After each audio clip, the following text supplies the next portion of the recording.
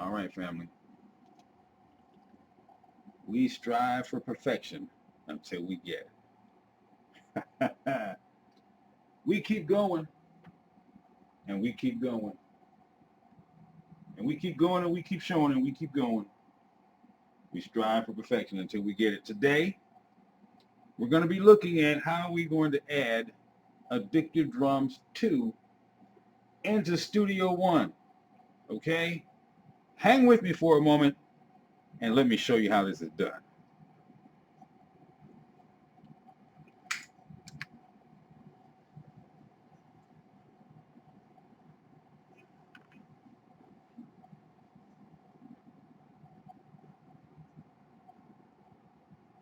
So we're going to be putting Addictive Drums 2 inside of Studio One for the purposes of either playing drums yourself live, or either because you don't play drums, you want to be able to use the beats and things that are inside of Studio One to get your drums where you want them to be, right? Okay, so let's just talk about that. Okay, let's just talk about that. And so first of all, the first thing that I want to talk to you about here is the fact that I do it in a different way. I have a hybrid drum kit, and I use that hybrid drum kit to get all of my drums in to Studio One. Give me just a second. I'm trying to find a pair of glasses because I wear spectacles, and the ones that I have on are not the ones that I need. And oh, they're on the other side of the room. Give me just a second. Let me go get them.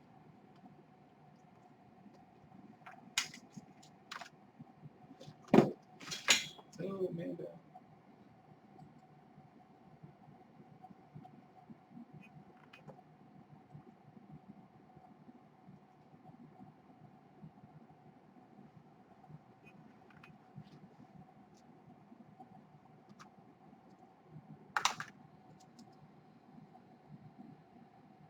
Okay, so now that I have those, I can see across the other side of the room, because that matters, being able to see. So I use this hybrid kit here. This is the D-Drum Hybrid Acoustic Electric. And as you can see on the D-Drum, there are some microphone XLR plugs on the side of the toms. And that allows you to be able to use your regular microphone cables, if you have them, to be able to get into your processors so that you can use these drums.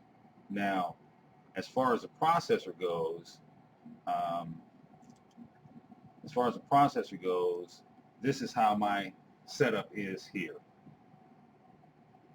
Okay, so that's my setup, and this allows me to be able to get my drums in where I need them. Okay, and because of that,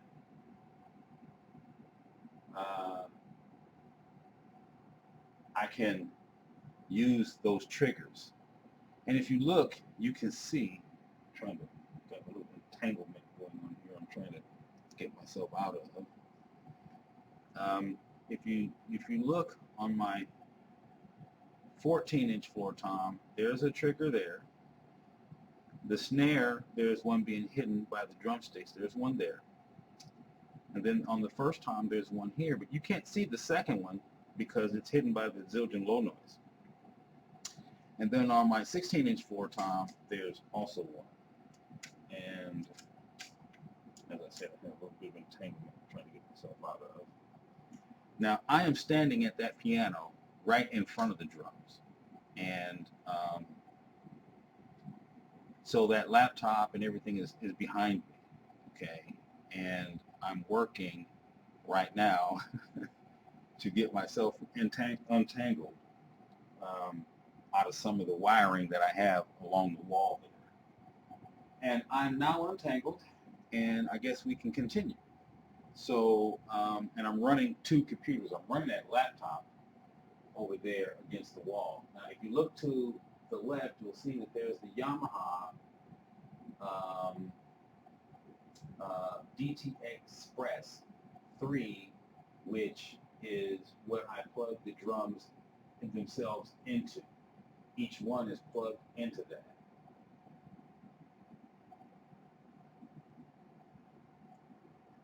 Each one is plugged into that, and from the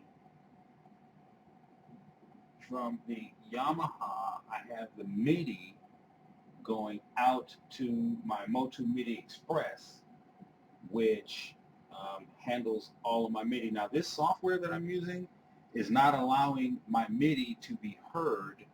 Things that are coming from my digital interface can be heard, but not the drums. So what I'm going to do at this point is I'm going to go ahead and show you how things are hooked up. Even though you won't be able to hear my drums, you'll be able to see how I'm hooking them up, okay? Now, in another video, I also have a Behringer, what is this? This is the Euphoria, the Behringer Euphoria digital interface, and that is what is plugged into the laptop. So as you see, I have Addictive drums on the laptop right now. You can see right here, I have Addictive drums on the laptop right there. Now, Studio One is also on that laptop, so I record drums and things from that laptop. So in other words, if you send me a track that you want me to do drums on, which I can, and we can talk about compensation later, but this is all about how to get your drums in your system if you don't play drums. If you want live drums, you know, I can do some of those tracks for you, okay? But I get Addictive drums in this way, and then I'll bring them over to the big rig where I'm standing at the main rig right now. So you can send me your tracks, I'll fly them in, we'll drop the track, I'll send it back to you, everything is done, la la. Okay, so what we're going to do from here is we're going to get up our Studio One. Okay, so bring your Studio One up. If you're going to follow along, bring up your Studio One. And I am going to, here we go. Bring your Studio One up. So once you get your Studio One up, what you're going to be looking at is your main screen. So when you get ready to go in, and you're going to do, say you want to create a new song, right? And that's what we're going to do. We're going to create a new song, and then I'll show you how to put these things in. So the first thing you want to do is you're going to go over to create a new song here, do create a new song, and then that's going to come up. You're going to get a little box that's going to come up and say create a new song. Now, let me hammer out the details here, find out which one, because you want to get, oops, that's the wrong one. We don't want to get rid of that one. So hold on. Let me do this again. Just got rid of the wrong window, that's all.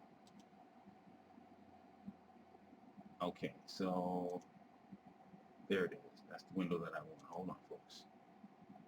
That's the window I want. This is a newer piece of software. I'm still learning it, but it's okay. We're good. It's going to come up here in a second. There it is.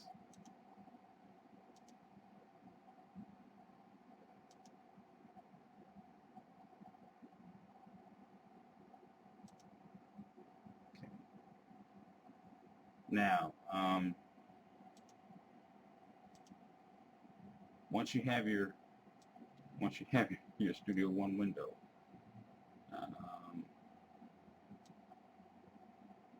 I don't think I'm going to get this one any better than what I'm doing it now. So once you have your Studio One window up, then we're going to create a new song, okay?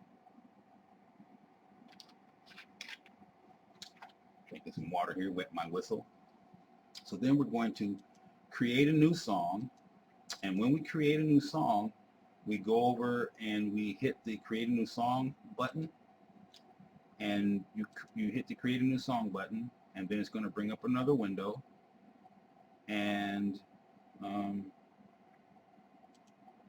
you're going to get this one here, okay?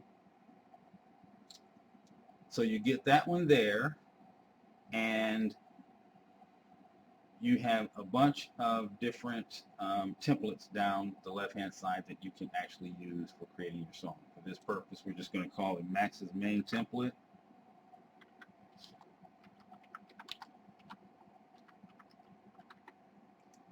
And then we're going to move on from here. And we're going to say, okay, so first you want to make sure that you know where your documents are being saved. All my documents go to the same folder. This one just says Studio One. My other folder will say Sonar, or it'll say Fruity Loops or Cubase or whatever, but it'll still be in my same folder. This just happens to be Studio One. Make sure your sample rate is where you want it, your bit resolution, whether you want to work in bars, samples, frames, or seconds. I work in bars. I usually have my song limits are usually 7 minutes or more, because I want to always have more than what I need, as opposed to trying to figure out how to add more to the end of the song. Unless you know how to edit real good, you have a problem with that. Your beats per minute, whatever your tempo that you're starting with, your time signature, and your stretch your audio files to your song tempo. I always say yes, because if you're having cymbals that ring past the measure, okay, you don't want them to cut off.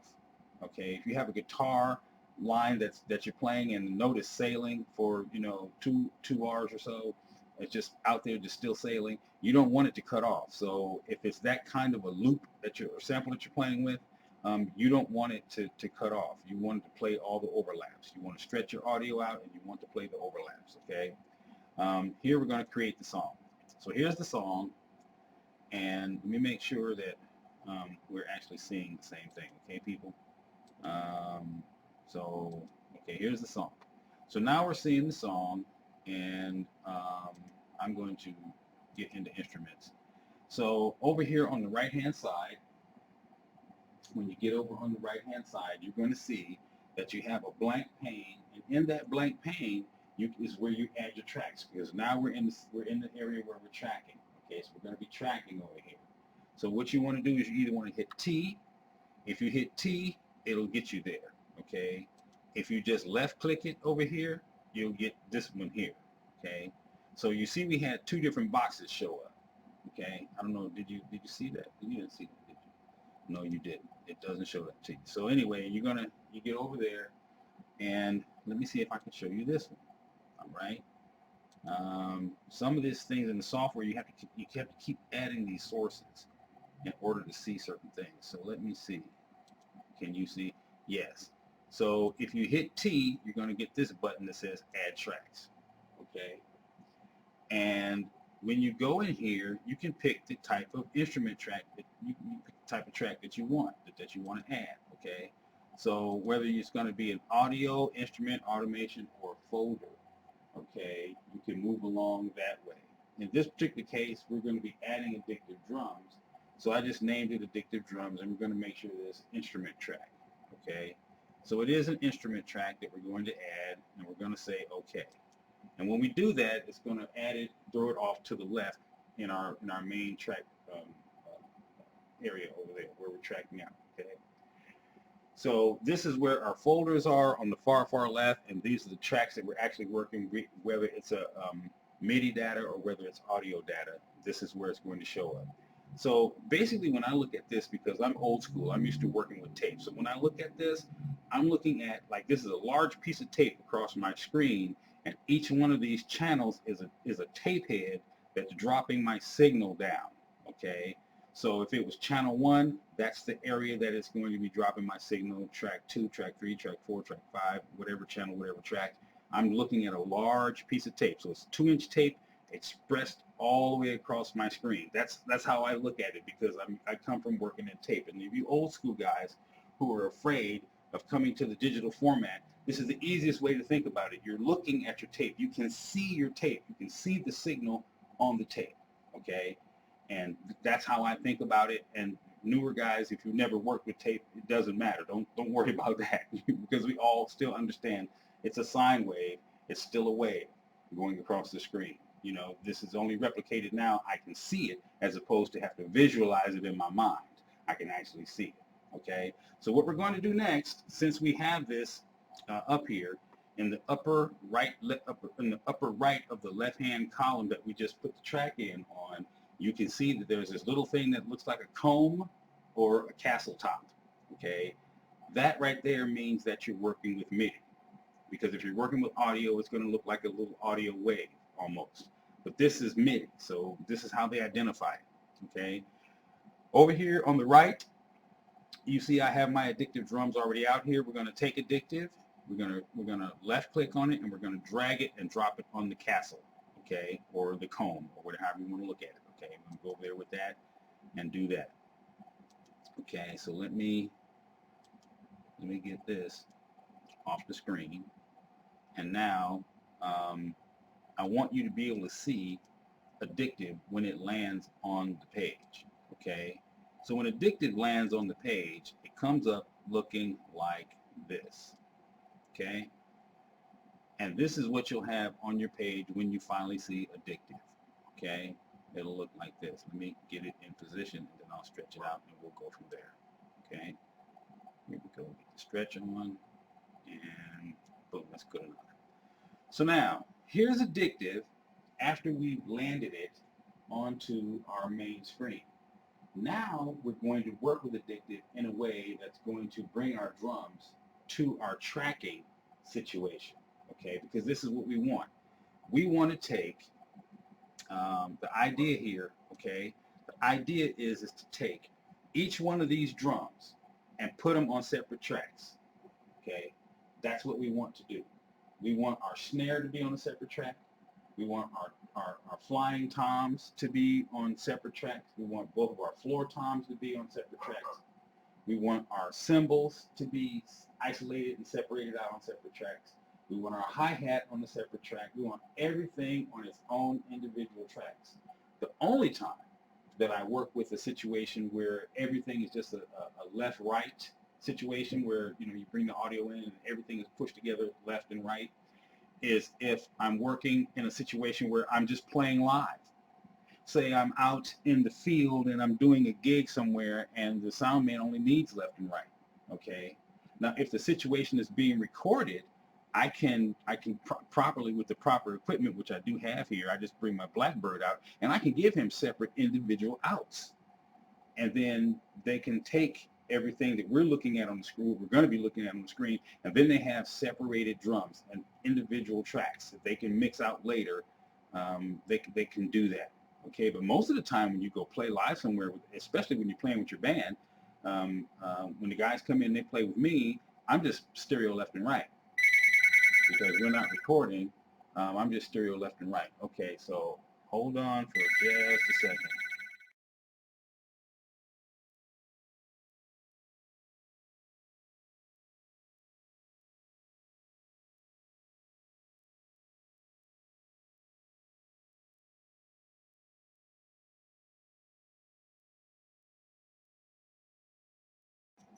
All right, so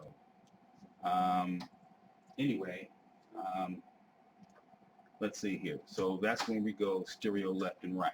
Okay, so now what we were talking about is getting each drum on its own individual track, and that's what we're going to go for next. Okay, so as we're looking at this, now you may not see this, but in this upper right hand corner right here, you will see that there is a thing called outputs. Okay, and those outputs allow you to be able to get your drums on individual tracks. So when you're in a position to get your drums on individual tracks, you're able to mix with complete and total isolation. So you won't have one tom interfering with another tom. Now sometimes that's called crosstalk. Now sometimes you want that crosstalk, especially when you're working in the tape realm.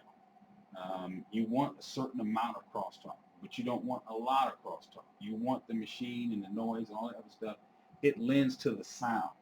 It lends to what makes those songs of the 70s and the 80s and the early 90s so great, because no one was working with digital audio interfaces at that time. No one was working with digital audio workstations at that time. They were just coming on the scene. So sometimes you want that, but you want to work with this particular type of isolation because you can always add that stuff later. You can always put it back in when you need to later. And that's when you're sitting down and you're working in the mix. Now, I'll tell you, if you don't know how to mix, it's good to learn how to mix your own stuff. But if you don't know how to mix, learn how to track out your stuff and send your stuff to someone who knows how to mix. Give your stuff to someone who knows how to master. I can mix and I can master. And you know, listen to what they're giving back to you, and it should be sonically more correct than what you gave it to the mass. Okay, so when we click on this box at the top, then what we see is that we have let me get in over here. Okay, so when we get back over here, now you're going to click on this. When you get over here, there's a box at the top of Addictive Drums, and it says it's two arrows, and the arrows are pointing to, if you're standing in front of it, it'd be pointing to your right. Okay, so one is direct inputs, the one to the far right is direct inputs, and the one to the left of that is your outputs. Okay, so when you click on the one that says outputs, then it's going to give you a drop down box with various different labels on it. Okay, I'm going to see if I can give you this, if it'll stay there. I'll see if I can give you the drop down box that says labels, and then you should be able to see what I see. I'm hoping. No, it's not going to let you see that. Okay, so trust me that when you do this and you click on this arrow, another box is going to drop down, and it's going to say, because you see where my mouse is sitting, there's a box that's going to drop down, and it's going to say master, kick, snare, hi-hat, tom 1, 2, 3, and 4, flexi 1, 2, 3, overhead, room, and bus. All right, so here's what I'm going to show you. Okay, now we're gonna flip the script real quick, take the browser off, and we're gonna hit mix. Okay, now you can see that as soon as we added Addictive Drums, we got a channel in there. Okay, that one channel is now going to turn into many channels as we start to add our drums to this mix. I'm just going to move Addictive over a little bit so you can watch as this occurs. Okay, now as I hit this drop down and I turn on each one of these, the channels are going to start to populate. This is how we break out our drum channels individually so that we can mix in isolation. So we get the kick, the snare, the hats, tom, 1, 2, 3, 4. We get the flexi 1, 2, 3, 4, 1, 2, 3. We get the overhead, the room, and the bus. Okay, now we have all of our channels in there broken out, busted up. Okay, now we can mix in complete and total isolation. And this is what we wanted, right? This is what we were trying to go after. We wanted that type of isolation. Now, the thing of it is that when I'm mixing, I have a 32-inch screen, and then I have a 48-inch screen. So I want more real estate that I can possibly get, okay? Because when I'm working, I want to be able to see what I'm doing, right? So I'll turn off the channel group. I don't want to see the channel group. I'll turn off the instrument channel. I don't need to see the instrument channel. And what this does is that it moves that stuff out of my way on the left-hand side and brings my mixer over to the left, and it gives me that other room, all that room that I was missing, that was being taken up by something else on the left, is now giving me that room on the right, so I can do some other things. Okay? So now that we're in here this way, and we have all of our channels all broken out, then now I want to take you for a little ride around Addictive Drums and show you what's inside and under the hood. Okay? So let's look at this right now. We're in the gallery right now. That's what this is up here. When you see the little screen with the little boxes underneath it, that's what we're looking at, this screen and these three little boxes. So we're in the gallery right now, and we're looking at all the drum sets that are available to us. This is the Fairfax 2 and a Gretsch system that was done in a studio in Los Angeles called Fairfax, okay? And probably, more than likely, it's called Fairfax because it was on the street called Fairfax.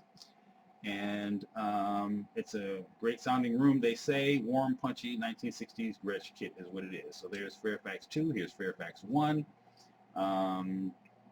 Different drum set, different room. Here's the vintage dry. Here is the Black Velvet. I love that drum set. My nephew and I use that one quite often. It's nice and punchy, and it works great on a lot of different stuff. Okay, here is the percussion section. If you want to get your Sheila E, your Pete Escovedo, your Coque Escovedo on, your Tito Puente, if you want to get down with some of that, these are the things. You've got timbales, boombox, you've got cajones, you've got tambourines, wood blocks. You've got a concert bass drum, which sounds great when you put a kick drum on it. Here's your indie kit. Okay, now this indie kit, this is recorded when they did these samples. This was done to 2-inch analog tape. If you're not used to working with tape, tape is, like I said, tape is, you get a lot of machine noise and things like that, but that's what warms things up. So if you don't know how to work with tape, here's the kit that's going to give you that sound. Who is it? Daft Punk likes to use this also. They got a couple of them in here they like to use. Here's a metal kit for you metalheads who want to get some slam out. Here's the real machines with all the classic 80s and early 90s drum machines in there. There's the Prince Lynn drum with Prince sounds in it in there. Here's the funk kit, okay, and that's a Pearl kit. Now you have a Gretsch, a Ludwig, a Pearl. You've got some acrylics. There's a few different kits in here, and then you mix them all up to give you a particular sound, okay? Then you have your jazz kit with sticks. You have your jazz kit with brushes. You have your acrylic kits for that British invasion sound. David Bowie, Lou Reed like to use stuff like this, and they've recreated this in painstaking detail. These kits sound like acrylic kits. There's the Blue Oyster, Zeppelin and Bonham type kits. Here's the Black Oyster. This is all the British invasion kits. Ringo Starr. This is the kit, the Beatles kit basically is what this one is for Ringo Starr. Here's a studio progressive for people who are into progressive rock and other experimental type of music. That's a good kit to get down with. That one right there. Here's the studio pop kit. These studio kits, all of the samples in there are radio ready. You don't even have to do anything to them. They're ready to go. You don't have to process them at all or anything. Or you just get them in your music, and the only thing you have to do is get your music up to the sonic quality of these, and you're good to go. Contact somebody who can mix like that, myself or someone else you know, and then your track will be ready to rock. Okay, here's some more radio ready with the studio rock. Here, as you look down here at the bottom, you'll be able to see that you can bounce through these as well. Same thing, there's Fairfax, it's just more of it, just gives you more of it. Now since we're in here, let me show you something. Now you're not going to be able to hear this, but you'll see that there's a play button here, okay? The play button will play a particular groove on any of these drum sets, right? But right next to it, like you'll see, this is underlined. There's an underline on there, okay? That's with processing. This next one has a different type of processing. So what you can do is that you can play this button, right? Because you like that, say you like that drum beat, but you like the processing that was done on Beef Me Up Scotty. So all you do is click this play button to hear the beat, and then click over here on Beef Me Up Scotty, and the processing that they used on Beef Me Up is now being played on this beat. You can mix and match like that. You don't have to stay with it. You've got some controls, kick, snare, hats, some overheads, and room. That because you're in the room right here, so you gave you some control over how much volume you want to hear of that, because what you're listening to on this kit is in that room you see it sitting in.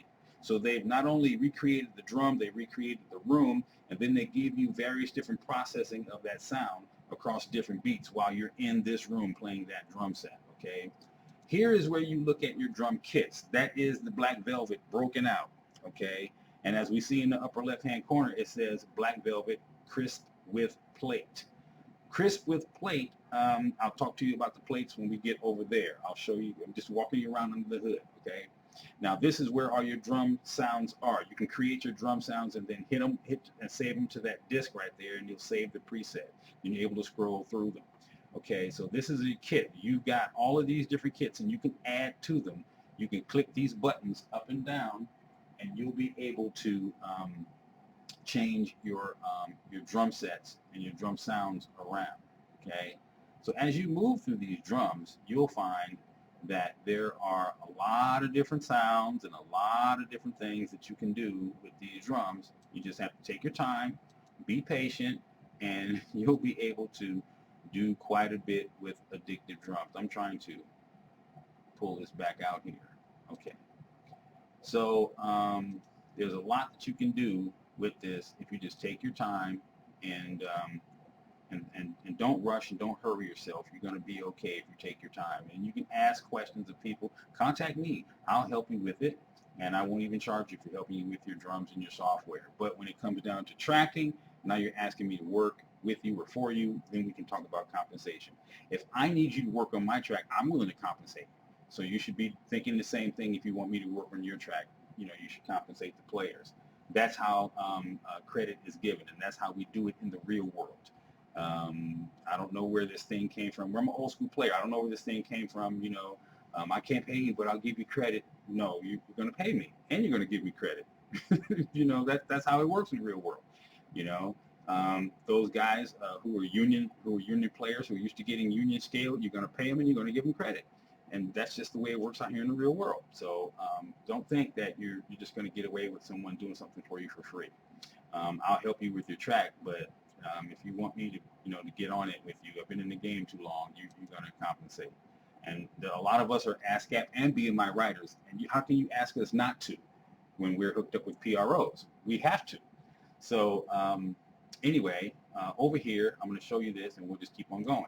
Now, what you want to do at this point is you want to control your drums in a way that Addictive Drums will let you. So we're going to click on this right here, and you see you have master and separate outs. So what you want to do is you want to go across here, and you want to turn all these on to separate out and masters. Okay, you want to make everything green, not orange, but you want to make them all green.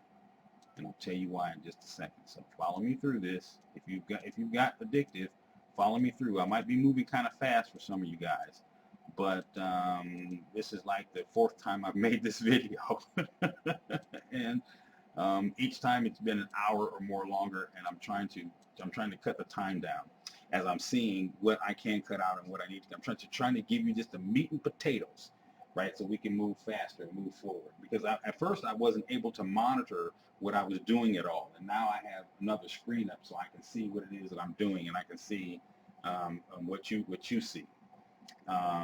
So now that we've turned all these, now I want to explain to you what we've just done. Now, your separate out is everything that is these channels here. Here are your separate outs. These guys here. Okay, these are all your separate outs. All right, and then your master out is this guy here. Okay, and so with your master, all you want to do is have him muted like that, and have the monitor turned on. Now, when you have it muted, you have muted the master track right here, and you're monitoring all the rest of these other tracks. You're monitoring all these guys here. Okay. Now, when you have it that way, that means that the master section is here on the very bottom above the green dots that we just with these little we just turned green. These here, that's the master section.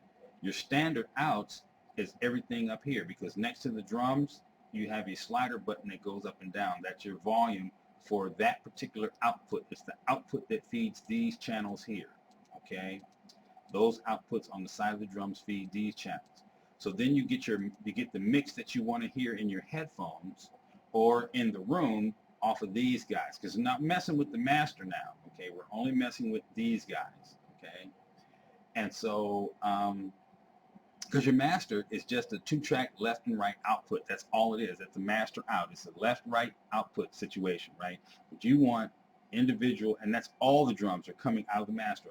All of these drums are coming out of that one channel right here. But that's not what we wanted, right? We wanted complete and total isolation and separation. So we want to deal with the separate outs, which are these: separate kick, separate hi-hat, separate toms, separate kick, separate snare, separate hats, separate toms, all the way down to the flexies, the overheads, and the buses. Okay, so that's what we wanted. We wanted that isolation, and that's what we've gotten now by doing it this way.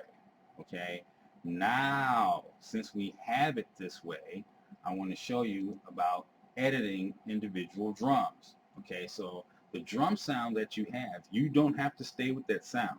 You've got you can control the response. Now first look, see how I have my overhead. Let me pull this overhead back down. Well, you know what, this is not even my drum set. I'll show you that in a minute. This is the Black Velvet. This is how the Black Velvet is set up. Okay, the Black Velvet is big and boomy because of the way that they have it set up. Okay, it's got the overhead drums. So what's happening is you have 2 pencil drums over the top of your cymbals, and those pencils pick up your cymbals primarily and the attack that's going on the top of your heads. Okay, and so then you have some more microphones 5 or 10 feet away from you down in the room, and that's picking up the room sound, okay? And so let's get up one of my sets, and I'll show you the difference. Okay. So here's some of my sets, and these are the ones that I've built. So let's get my big PC kit out. And so my big PC kit, you see how I have my levels set, okay? As you see, I have my overheads turned down, not all the way down, but I have them down low. I have my room level down low because in the standard output, I want to hear my drum, okay? I can add any of this back in later.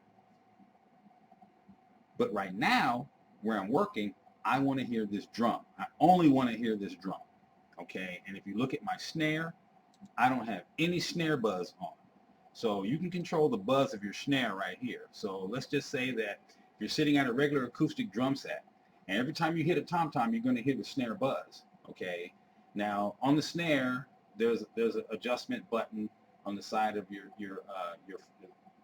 got a flip switch that will allow you to turn your snare on and off, okay? You can flip it and the snare goes off because the snares themselves drop away from the bottom of the head. And then you don't hear the snares. And then you tighten it up, or you click it and turn it back on, and then you hear them go zip right back to the top of the head. And how much they buzz will depend upon how much tension you have on them by that adjustment wheel on the side. Well, this is a virtual adjustment wheel. I don't like to hear the snare buzz. Okay, so that doesn't mean that when I turn this all the way off that I don't hear the snare. I still hear the snare. But what's happening is that I only hear those snares when I hit the snare, right? So now, when I turn on my kick, you see that there is no. When I go to my kick right here, let me go right here. You'll see that there's no snare buzz in there. So if I turn the snare buzz up, no matter which one of these drums I hit, I'm going to get that much snare buzz because I'm telling it how much I want to hear, a little or a lot or none at all. I have mine turned all the way off because I can always add it back in if I need it. In the digital domain, when you're working with hybrid drums, you don't need that. Okay? When you're playing your toms, you're going to hear your toms, okay? And when you hit your snare, you're going to hear your snare. You don't really need to hear that snare buzz. Now, if you use one of the preset kits, the way that they are out there, there's going to be a certain amount of snare buzz depending upon the kit that you use. My preference for the kits that I build is no snare buzz, okay? If I do some tracks for you and you say, well, I want that John Bonham sound, I'm going to reach over there and I'm going to grab the kit that gives me the Bonham sound, I'm going to play your track and I'm going to send it back to you and you're going to like what you get because that's what you wanted, right? Or you're going to hear one of my kits and you're going to say, hey, I like that kit you used on that track, man. Can you give me a track like, and then I'll use one of my kits. Okay, so everyone has their preferences, right? And when you build a kit, then you save it and you name it, okay? So in this particular situation, like I'm saying, you can turn your overheads down, have your room set the way you want them. You can control your response, your pitch envelope, your volume envelope. You can control how much your mics are close or far away from your drums. Excuse me. I went to work this morning and I got up early and I've been working on this video for a long time. So in your kick, you can adjust how much of that microphone is sitting inside the front of the kick drum by moving it to the left or the right. You can control how much pop from the batter you're going to hear by moving it to the left or the right.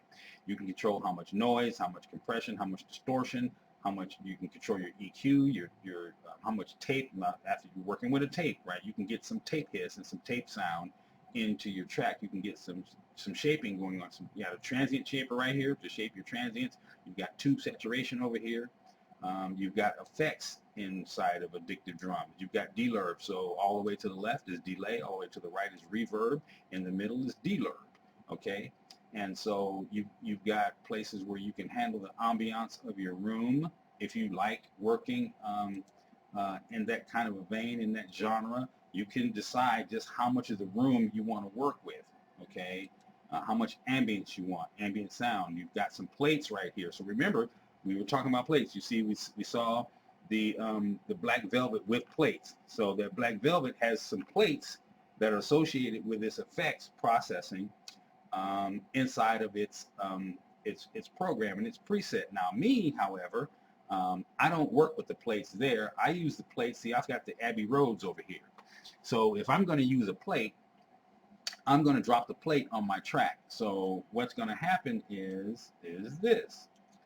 Let's say, I'm going to show you something here real quick. So I want to do this. And by clicking this button that looks like an up top bow tie, it's going to give you your inserts and your sends for your mixer, and you just bring that up. Now, if I want the plates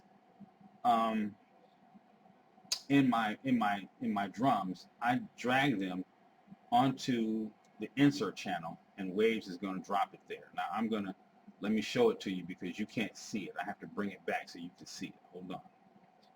And then it'll come up on the screen and you'll be able to see it in just a second. So let me do this and you'll be able to see